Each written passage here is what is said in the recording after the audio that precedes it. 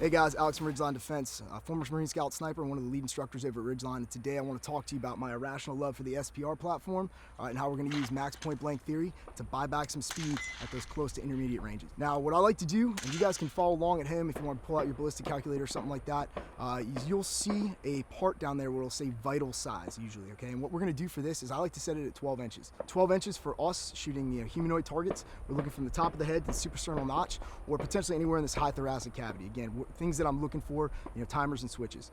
Now, when I start to look at this, what I know is that the bullet is going to immediately drop beyond my 100-yard zero. So what we're going to do in order to sort of use this max point blank theory for us, all right, in a way that is applicable, practical, and fast, is we're simply going to either hold or dial on 1 mil. Now, what I know is that inside of, say, 300-ish yards, depending on your bullet weight, muzzle velocity, barrel length, etc., you're going to see that kind of peter out roughly around 275 to 300 in terms of being dead on the money for your elevation. But you still have a whole bunch of target below that in your 12-inch target. So what we're going to do is be okay with the fact that it's going to fall towards the bottom of the plate out as you get to 325, 350-ish. Depending on platform, again, longer barrels with faster muzzle velocity, you can start to creep out towards 365, 370, and still just be holding center and getting hits. Now, if you start to see that you're trending low, or you know that it's at that far end of sort of your engagement threshold, you can simply just start to hold high, whether you've dialed on or you're holding that mil high. So what's a technique that you can use to figure out if you are towards that far end of your engagement zone? Well, one thing that I like to do, I call it the off-ramp method, but driving down the highway every day, about a quarter mile out from almost every off-ramp in the world, all right, is that heads up sign, exit 32, quarter mile, all right? All I know is that a quarter mile is roughly 440-ish yards. So what I'm going to look to do is if it's inside of that, I know that I can just kind of hold a little bit high on the target and let it catch it. As it gets closer and I kind of transition back to that football field method of by eye range estimation, the 1, 2, 300, I know that I can simply hold center and go.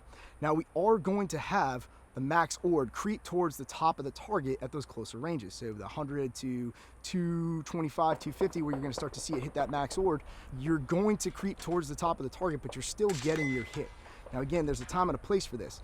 Urban gas gunning, 100%. Hostage rescue shot, that's out. What we want to do is know the correct tool and method to use and have it in our toolbox when the situation presents itself. Okay, so really what it comes down to is when to use this, right? So again, if we're shooting a low percentage hostage shot, something like that, or a small plate that is less than that 12-inch vital zone, right, that's when we're really gonna start to think, hey, is the juice worth the squeeze? And we might wanna spend a little bit more time getting that solid range to target so you can use your correct elevation to get the hit. Real world application for this, kind of as a sniper, one of the things that we used to do, we would roll around, we'd make sure we already had our 300-yard data dialed on the gun, again, so we could just kind of point and click. And we wanted to make sure that we had our magnification dialed about as far down as possible into that bottom range of the scope, so we had maximum field of view when it came up. One of the reasons this works so good with the SPR platform and big bore gas guns too is looking at their employment and their doctrinal use. So we look at designated marksman from the Marine Corps side as being able to cover that 3 to 600 yard zone.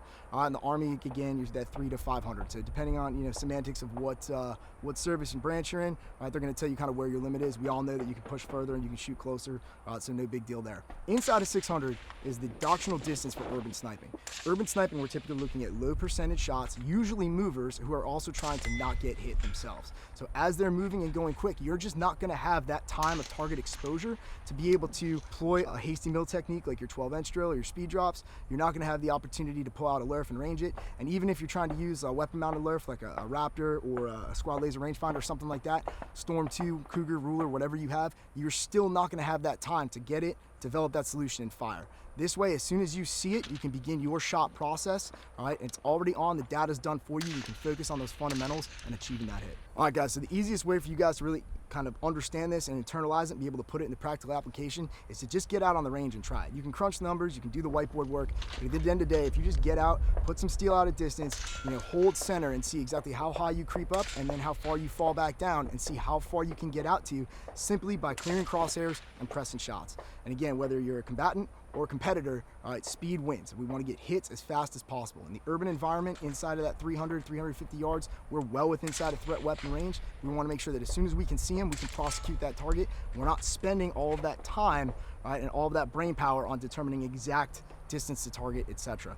Again, knowing the right time and application to use this is really going to be where it pays off. It is not a one-size-fits-all approach, but when speed is of the essence, this is the way to get those hits.